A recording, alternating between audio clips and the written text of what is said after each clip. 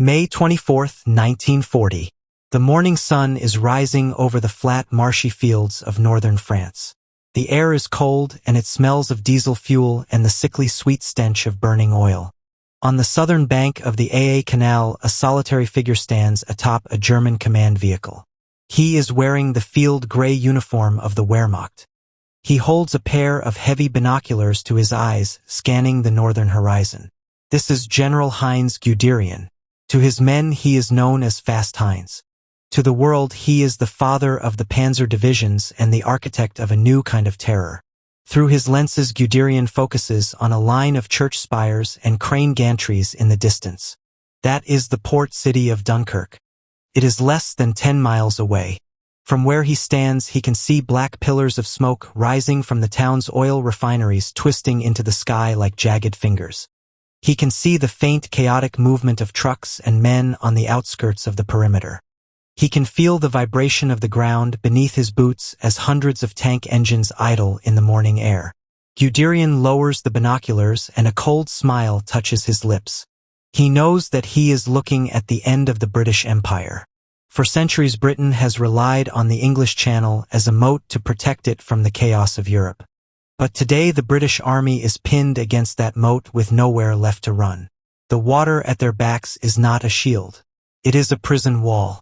Guderian's 19th Panzer Corps is poised for the kill.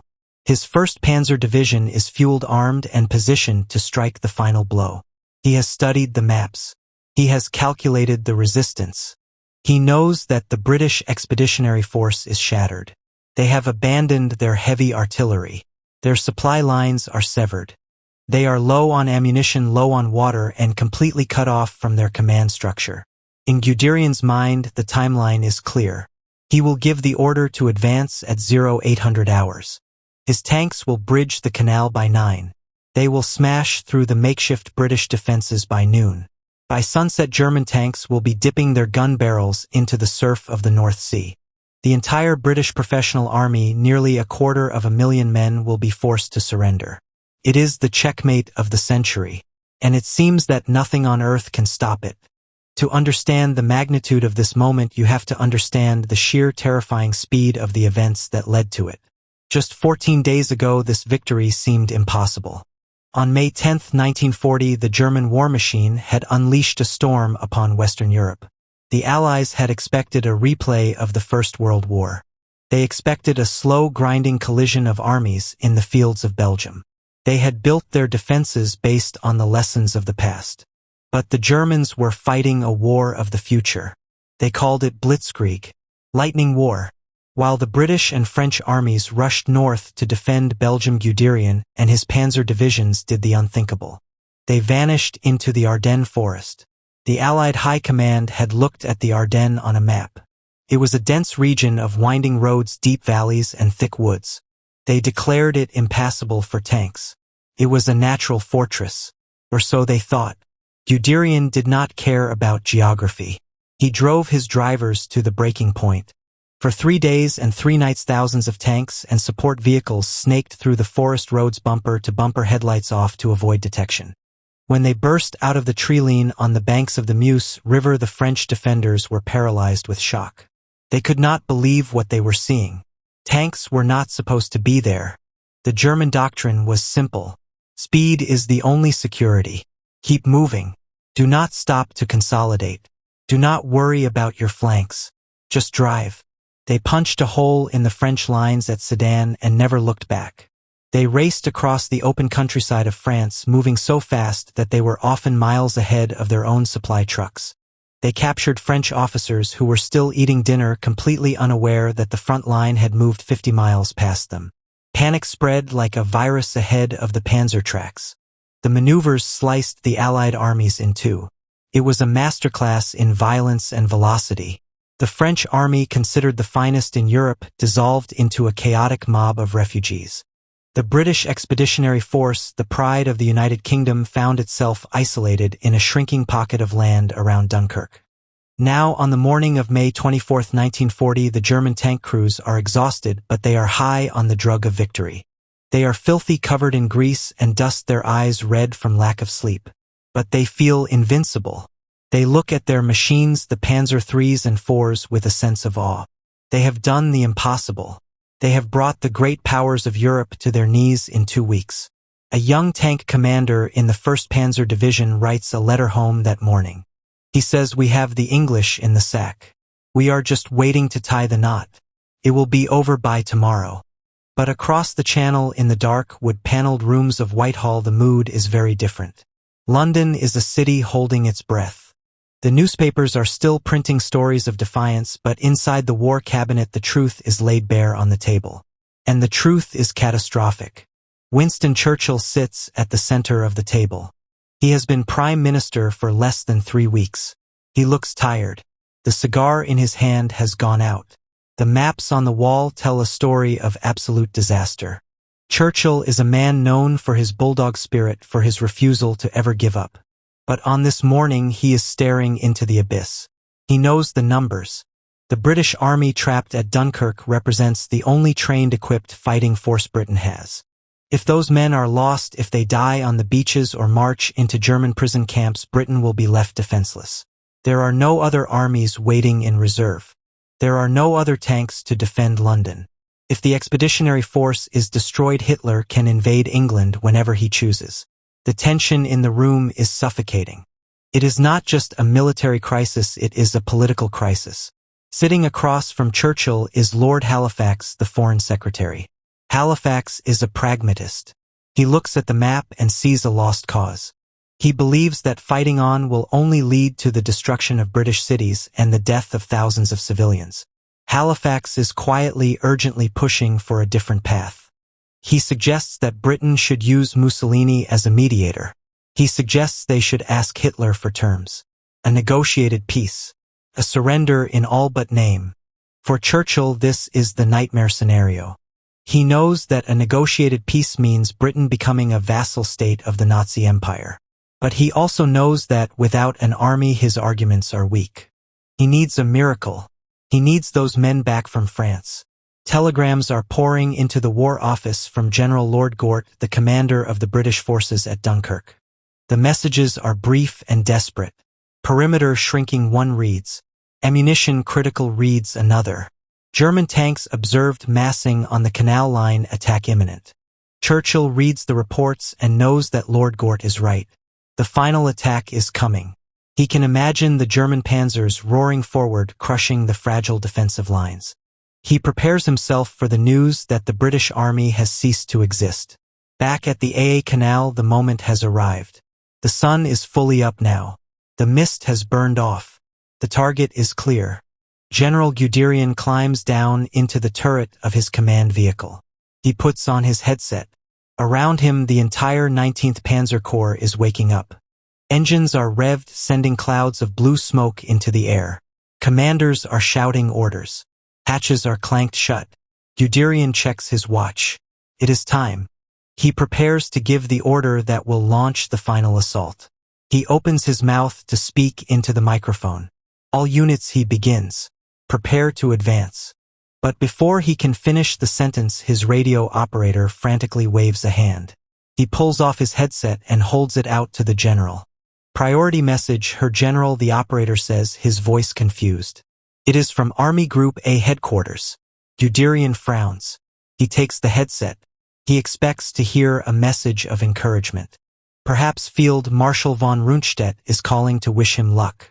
Or maybe it is a message from Berlin congratulating him on the impending victory. He listens. The voice on the other end is crackly with static, but the words are unmistakable. They are cold, precise, and absolute. Halt. Guderian blinks.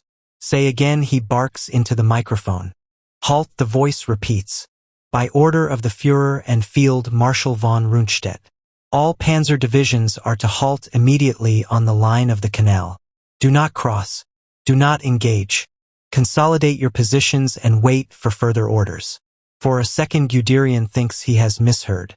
It makes no sense. The enemy is right there. They are wounded. They are disorganized. You do not stop when you have the enemy by the throat. You squeeze. This is madness, Guderian shouts. We have them. The British are escaping. If we stop now, we lose the initiative. The order stands, General, the voice says. Advance no further. The line goes dead. Guderian stands there, the headset dangling from his hand. His face turns a deep shade of crimson. He looks out at the canal. He looks at the waiting tanks. He looks at the smoke rising from Dunkirk. He slams his fist against the steel hull of the tank with such force that it bruises his knuckles. He kicks the side of the vehicle. He curses the high command. He curses the staff officers in Berlin who look at maps but do not see the ground. Slowly, reluctantly, the order is passed down the line. Kill the engines. The sound is agonizing. One by one, the roar of the Maybach engines dies away. The vibration in the ground stops. The dust settles. A strange, eerie silence falls over the German front line. Soldiers pop their heads out of turrets, looking around in confusion. They look at their officers, waiting for an explanation. Why are we stopping? The British are right there. We can see them. But there is no explanation. Just the order. Halt. 10 miles away, the British soldiers in their foxholes tighten their grip on their rifles. They hear the German engines cut out. They wait for the attack, but it does not come. They do not know why. They do not know that they have just been given a stay of execution. Guderian stands on the bank of the canal, watching the opportunity of a lifetime slip through his fingers. He does not know it yet, but the tide of the war has just turned. The trap was shut and Germany has just opened the door. The roar of the Panzers has been replaced by silence. And in that silence, history is about to change. To understand why the German tanks stopped on the brink of victory, we must understand how they got there. Because the truth is, they were never supposed to be there in the first place. The German plan for the invasion of France was a gamble of epic proportions. It was a plan born out of desperation. On May 10, 1940, the war began. For months, the Allied generals had been waiting for this moment. The French commander-in-chief, General Maurice Gamelin, was a man of the old school. He had fought in the First World War. He believed he knew exactly what the Germans would do. He looked at his maps and he was certain. He believed the Germans would attack through the flat plains of Belgium. It was the only logical route for a modern army. It was the only terrain that could support thousands of tanks and heavy trucks. So Gamelin sent his best troops, the elite of the French army, and the entire British Expeditionary Force rushing north into Belgium to meet the German attack head-on. He was walking straight into a trap. While the Allies were looking north, the real danger was gathering in the south. Hidden beneath the dense canopy of the Ardennes forest. The Ardennes was a region of deep valleys, winding dirt roads, and thick timber. For years, French military experts had looked at this forest and dismissed it. General Gamelin had famously declared that the Ardennes was impassable for tanks. He said that to move an army through those woods would take weeks. It would be a logistical nightmare. He was right about the nightmare, but he was wrong about the Germans. Hidden from the view of Allied reconnaissance planes, a massive traffic jam was forming in the forest. It was the largest concentration of armor in history. 41,000 vehicles stretched back for 100 miles. If the Allies had spotted this column, they could have destroyed the German army with a single massive air raid. The Germans were sitting ducks.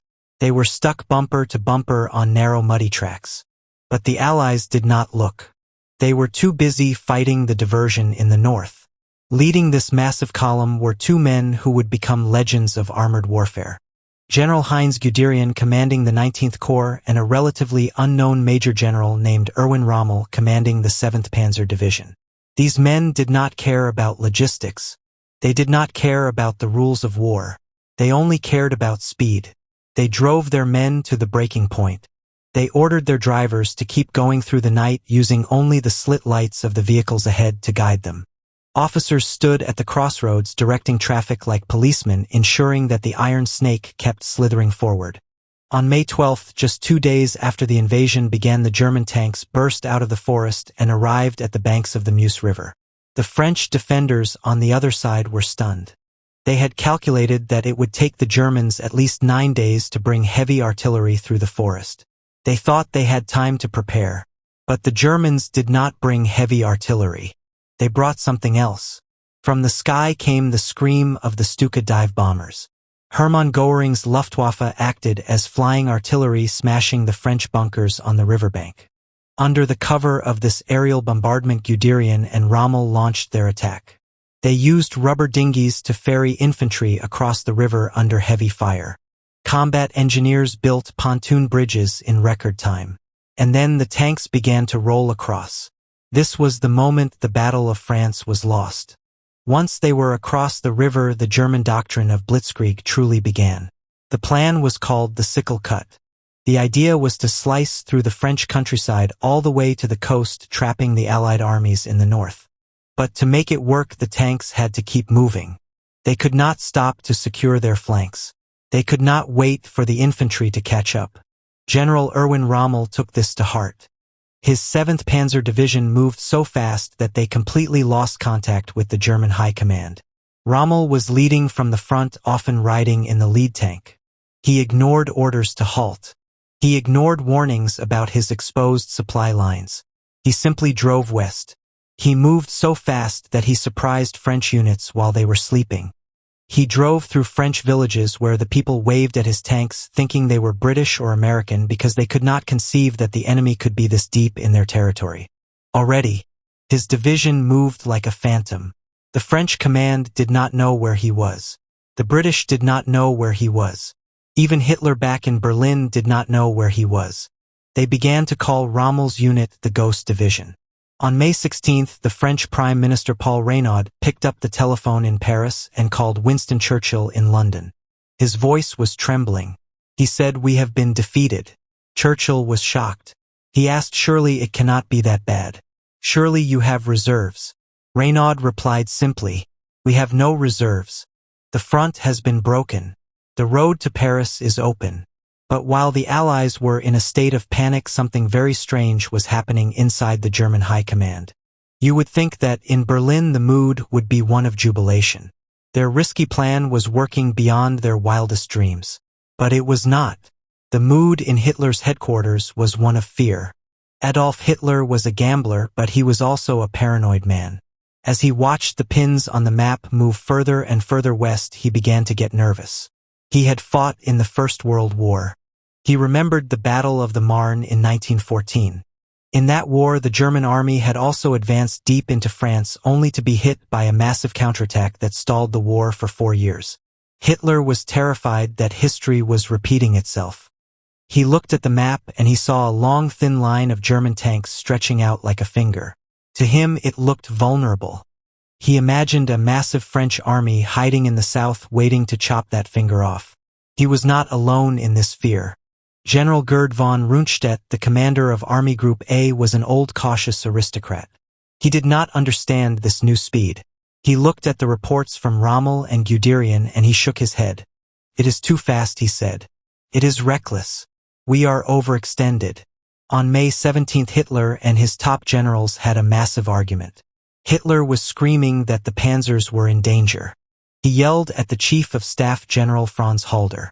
He said, "We are ruining the whole campaign. We must stop and secure our flanks." Halder wrote in his diary that day, "The Führer is terribly nervous. He is frightened by his own success. He is afraid to take any chance." This is the great paradox of the Battle of Dunkirk. The German generals on the front line, like Guderian and Rommel, knew they had won. They could see the enemy running. They knew there was no trap. They knew the French were broken. But the generals in the rear, sitting in their comfortable offices in Berlin, could not believe it. They thought it was a trick. They thought it was too easy. This fear began to slow down the German advance. Orders were sent to slow down. Guderian and Rommel ignored them or pretended their radios were broken. They kept pushing. By May 23rd, the 19th Panzer Corps had reached the sea. They had completed the sickle cut. The trap was shut, but the paranoia in Berlin had reached a boiling point. Hitler was convinced that the British and French were about to launch a massive counterattack. He was convinced that the marshy ground around Dunkirk would swallow his tanks. He was convinced that he needed to save his armor for the final push south to conquer Paris. And so on the morning of May 24th, when Guderian was looking at the smoke rising from Dunkirk and preparing for the final kill, the fear in Berlin finally won out. The logic of the battlefield said attack. The logic of fear said stop. And fear is a powerful thing. It can make a man snatch defeat from the jaws of victory. It can make a dictator hesitate when he should strike. The Halt Order was not a sudden decision. It was the culmination of 2 weeks of anxiety. It was the result of a high command that did not trust its own generals. And while Hitler and Rundstedt worried about imaginary French armies, the real British army trapped on the beach was given the one thing they desperately needed: time. Rommel's Ghost Division had broken the rules of war to get there. But now the rules of bureaucracy were about to stop them cold. The tanks that had crossed the impossible forest and the impossible river were about to be stopped by a piece of paper. May 24, 1940. The clock was ticking inside the headquarters of Army Group A in Charleville. Outside the sun was shining on the cobblestone streets of the French town, but inside the map room the air was thick with tension. Standing over a large oak table covered in maps of northern France was Field Marshal Gerd von Rundstedt. Rundstedt was 64 years old. He was a man of the old Prussian school. He wore his uniform with stiff formal pride. He believed in order. He believed in logistics. And most of all, he believed in caution. To the soldiers on the ground, Rundstedt was a legend. But on this morning, he was about to become the villain of the story. He looked at the map, and what he saw terrified him. His Panzer divisions under General Guderian and General Kleist had moved too fast. They were stretched out in a thin line all the way to the coast. Rundstedt looked at the maintenance reports on his desk. The news was bad. The tanks had been running non-stop for 2 weeks. The tracks were wearing thin. The engines were overheating. 50% of the Panzer fleet was in need of urgent repair. But there was something else that worried Rundstedt even more: the terrain. He pointed a finger at the map, specifically at the region of Flanders. To a layman it looked like open ground. But to a military expert it was a nightmare. It was a web of canals, drainage ditches, and marshland. Rundstedt knew this land. He knew that if he sent his precious heavy tanks into that swamp, they would get bogged down. They would become sitting ducks for British anti-tank guns. At that moment, a convoy of Mercedes staff cars pulled up outside the headquarters. The Führer Adolf Hitler had arrived. Hitler walked into the map room. He was in a good mood, but his eyes betrayed a deep anxiety. He had just received news that the British had launched a small counterattack at the town of Arras a few days earlier. It had been a minor attack involving only a few dozen tanks, but it had spooked him. It reminded him that the British lion still had claws. Rundstedt seized the opportunity. He briefed Hitler on the situation. "My Führer," he said, "the tanks are exhausted. The terrain ahead is treacherous. We have the British trapped. Why risk our armor in the swamps of Flanders when we can simply hold the line? We must save the Panzers for the final battle against the French army in the south. We must save them for the Battle of Paris." This is the moment that historians often overlook. It is a common myth that Hitler forced the Halt Order on his generals. But the truth is more complicated. The idea to stop actually came from Rundstedt. Hitler nodded. It made sense to him. You have to remember that Adolf Hitler was a soldier before he was a dictator. He had fought in the trenches of the First World War. He had fought in Flanders. He remembered the mud. He remembered the blood. He remembered the way the ground could swallow entire armies. Hitler suffered from a kind of strategic paranoia. He was haunted by the ghosts of 1914. In that war, the German army had also raced into France only to be stopped at the last minute by a miracle counterattack. Hitler was terrified that history was repeating itself. He looked at the map and he did not see a victory. He saw a trap. He believed that the French were hiding a massive reserve army in the south waiting to cut off his panzers. He wanted to assert his authority. The tank generals like Guderian and Rommel had been disobeying orders for days. They were acting like cowboys running wild across France. Hitler wanted to pull on the reins.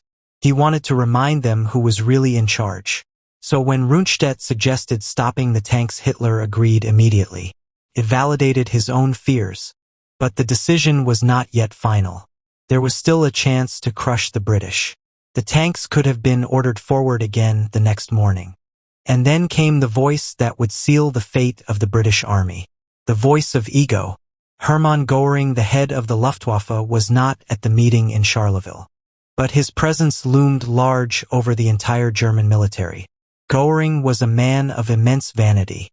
He was jealous of the army. For 2 weeks he had watched the tank generals getting all the glory. The newspapers were full of stories about Guderian and Rommel. The Luftwaffe was being treated as a support act. Göring could not stand it. He wanted a victory that belonged solely to him. He wanted to prove that National Socialism could win wars through air power alone. He picked up the telephone and called Hitler. He made a bold and arrogant promise. He said, "My Führer, the Luftwaffe can finish this. We will bomb Dunkirk into rubble. Not a single British soldier will escape. The sea will be their grave. You do not need to risk a single tank. Leave it to me." Hitler loved the idea. It appealed to his sense of modern warfare. A victory won from the air. It would humiliate the British Royal Navy. And most importantly, it would spare his precious tanks for the glory of capturing Paris. The professional soldiers were horrified. General Franz Halder, the chief of staff of the German army, was in Berlin when he heard about Göring's plan. Halder was a cold, logical man. He knew that air power alone could not stop an evacuation. He knew that the weather in Flanders was unpredictable. He argued with Hitler. He argued with Rundstedt. He pointed out that the Luftwaffe was exhausted. He pointed out that the beaches of Dunkirk were made of soft sand which would absorb the blast of the bombs. But his protests were ignored. The decision had been made. It was a decision born of rivalry, paranoia, and arrogance. At 12:31 p.m. on May 24th, the order was signed. It was sent to the front lines via encrypted radio. Halt. General Halder went back to his office and opened his diary. He wrote a passage that perfectly captures the tragedy of the German High Command. He wrote, "The Führer is terribly nervous. He is frightened by his own success, is afraid to take any chance, and so would rather pull the reins on us." On the front line, the order hit General Guderian like a physical blow. Guderian was standing with his men overlooking the chaotic port of Dunkirk. He could see the British trucks moving. He could see the confusion. He knew that one decisive strike would end the war. When the order to halt came, he threw his gloves on the floor in disgust. He called his superiors. He demanded to know why. They told him it was out of their hands. The order came from the very top. For the next 48 hours, the German army did something they had not done since the war began. They sat still. The soldiers played cards. They cleaned their weapons. They repaired their tank tracks. They cooked hot meals. They watched the smoke rising from the town of Dunkirk and wondered why they were not attacking. They saw the British digging trenches. They saw the defensive perimeter hardening. But they could not fire a shot. Meanwhile, inside the Dunkirk perimeter, the British were using every single second of this reprieve. Lord Gort, the commander of the British Expeditionary Force, realized that this pause was a miracle. He did not know why the Germans had stopped, and he did not care. He ordered his men to set up a defensive perimeter around the port. They flooded the fields to create water barriers. They set up machine gun posts in abandoned farmhouses.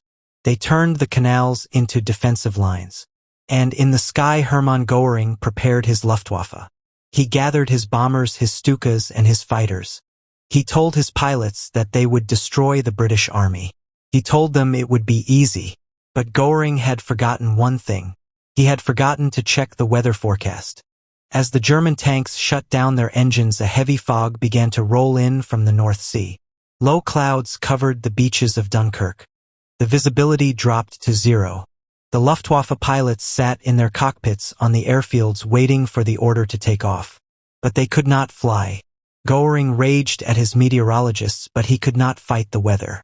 For hours, the skies over Dunkirk remained relatively quiet. The German tanks were halted by Hitler. The German planes were halted by the clouds. It was the perfect storm of errors. The perfect alignment of luck and bad judgment. Hitler had stopped the tanks to save them for Paris. Göring had promised an air victory to feed his ego. And Rundstedt had chosen caution over courage. Together, these three men handed the British army a lifeline. They opened the door just a crack. But it was enough. By the time Hitler realized his mistake on May 26th, it was already too late. The trap had been sprung. The cage door had been left open just long enough. When Guderian finally received the order to restart his tanks, he found that the easy walk to the beach had turned into a bloody slog. The British were dug in, and out at sea a strange armada was approaching. An armada of little wooden boats that would defy the might of the Third Reich. May 26, 1940. The 48-hour reprieve was coming to an end. On the German side of the perimeter, the tank crews fired up their engines. General Guderian finally received the order he had been begging for. The halt order was lifted. The Panzers lurched forward their tracks, churning up the mud of Flanders.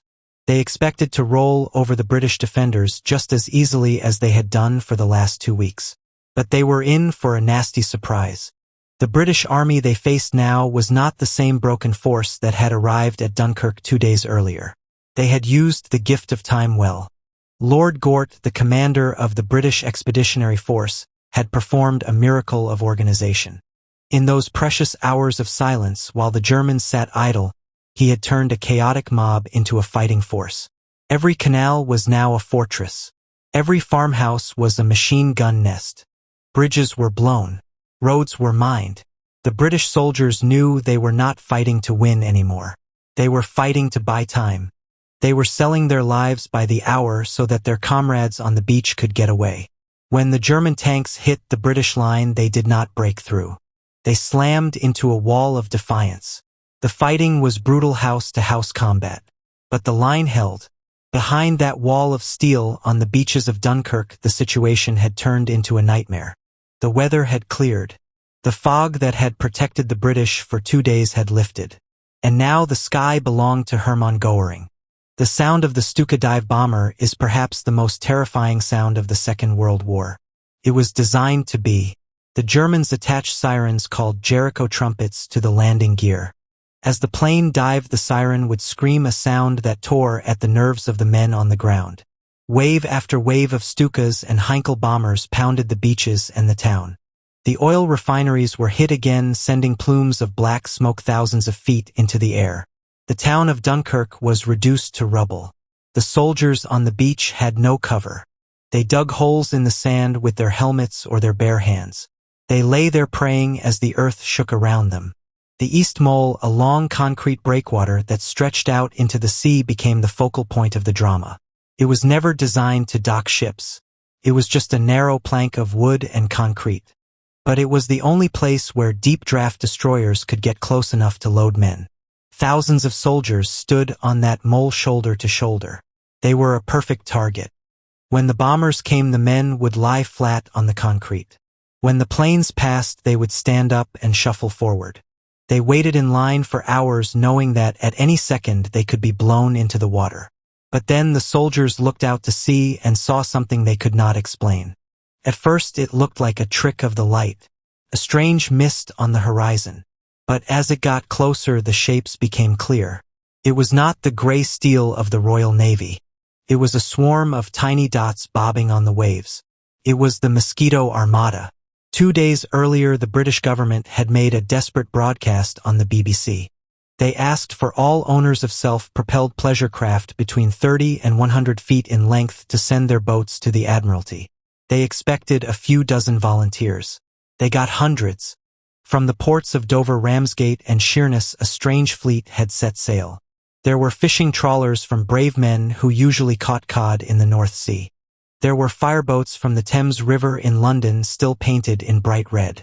There were expensive yachts owned by bankers who wore their pinstripe suits under their life jackets. There were barges, lifeboats, and ferries. Some of these boats were so small they had never been in the open ocean before. They had no guns. They had no armor. Their only protection was the courage of the crews who sailed them. They sailed straight into the war zone. They sailed into a sea of mines, torpedoes, and falling bombs.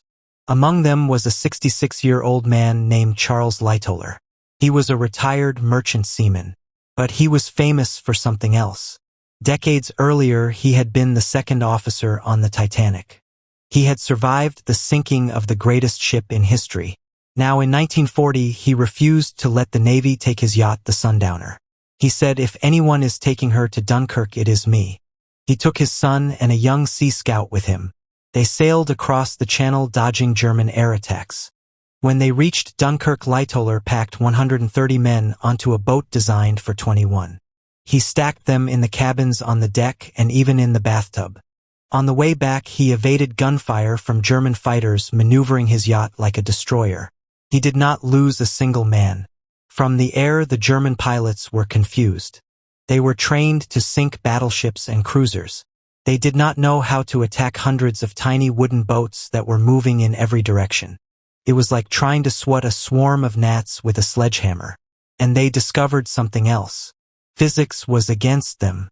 When a bomb hits a steel ship, the shockwave travels through the metal and rips the hull apart. But when a bomb hit near a wooden boat, the flexible would absorb the shock. The boats would bounce in the water like corks, but they would not sink. Above the boats, a different battle was raging. For the first time in the war, the Luftwaffe met its match. The Royal Air Force had arrived. The Supermarine Spitfire and the Hawker Hurricane were thrown into the fight. The British pilots were fighting like demons. They knew that every bomber they shot down meant hundreds of lives saved on the beaches below. The German pilots, who had spent the last year bullying the inferior air forces of Poland and France, were suddenly facing a plane that was faster and more agile than their own Messerschmitt 109. The air over Dunkirk became a chaotic, swirling dogfight. Smoke trails marked the sky as planes spiraled into the sea. Hermann Göring's promise to Hitler was falling apart. He had promised that his air force would stop the evacuation. But he could not stop it. The little ships acted as shuttles. Because the water was shallow, the big destroyers could not come to the beach. So the little boats would brave the surf, pick up 20 or 30 men, and ferry them out to the warships waiting in deep water. Then they would turn around and go back into the hellfire. Again and again, day and night. The scene on the beach was biblical. There were men singing hymns. There were men playing cards. There were men walking into the water up to their necks, waiting for a boat to reach them. There was a strange sense of order amidst the chaos. The British discipline held. The queues on the beach remained straight. Officers stood in the water directing the boats, calmly smoking cigarettes while mortars exploded around them. General Alexander, who had taken over command of the evacuation, was seen building sandcastles on the beach while he waited for his turn to leave. It was a display of stiff upper lip that baffled the Germans watching from the dunes. By June 2nd, the miracle was taking shape. The initial estimates had been grim. The British High Command thought they would be lucky to save 45,000 men. But the Mosquito Armada and the Royal Navy had defied the odds. By the end of the operation, they would rescue 338,000 soldiers. It was the greatest rescue mission in the history of warfare. But as the last boats pulled away, a heavy silence fell over Dunkirk. The port was a graveyard of ships. The beaches were littered with the wreckage of an army. And in the distance, the German Panzers were finally breaking through. Guderian rolled his tanks into the town of Dunkirk on the morning of June 4th. He expected to find a defeated army waiting to surrender. Instead, he found an empty cage. The birds had flown. He stood on the beach looking at the horizon where the last British ships were disappearing into the mist. He saw the mountains of abandoned equipment. The trucks, the guns, the tanks. But he knew that equipment could be replaced. Men could not. He realized then that the Halt Order, the 48 hours of hesitation, had cost Germany the war. They had won the Battle of France. But they had lost the battle for Britain. The German soldiers walked among the debris, picking up British helmets and rifles as souvenirs. They laughed and celebrated. They thought the war was over. They did not look at the faces of their commanders. Men like Guderian and Rommel were not smiling. They knew what had just happened. They knew that the army they had let escape would be back. And they were right. The men who sailed away on the little ships of Dunkirk were defeated, tired, and ashamed. But they were alive. And 4 years later, almost to the day, they would return. June 4th, 1940. The guns finally fell silent over Dunkirk. At 9 in the morning, a German swastika flag was raised over the old French lighthouse at the harbor entrance. General Heinz Guderian rode his command car down to the water's edge. He looked out across the English Channel. The sea was empty. The mist had cleared and the horizon was bare. The ships were gone. Guderian turned around and looked at the beach. It was a scene of unparalleled destruction. It looked like a graveyard of the British Army.